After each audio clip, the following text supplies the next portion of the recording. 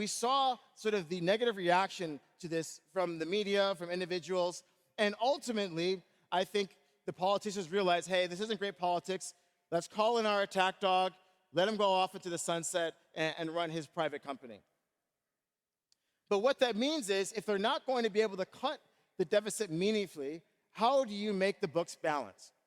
And recently, Scott Besson has gone on a media tour and talked about how he is focused on growth. He's all in on growth. And so what does that mean if you're running a massive deficit? That means that you need to get nominal GDP above your cost of interest, which is very difficult to do unless you're going to up the amount of credit in the economy.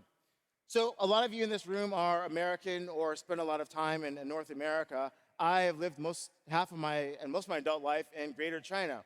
And when you live in China, you understand that GDP or growth is just an output of how much credit you want to put into the economy. And so we want to understand what the Trump administration, and I think any administration would do given these mathematical facts. We have to understand that this economy depends on credit. And so if you're willing to put more credit into the system, then you'll get any growth target that you want.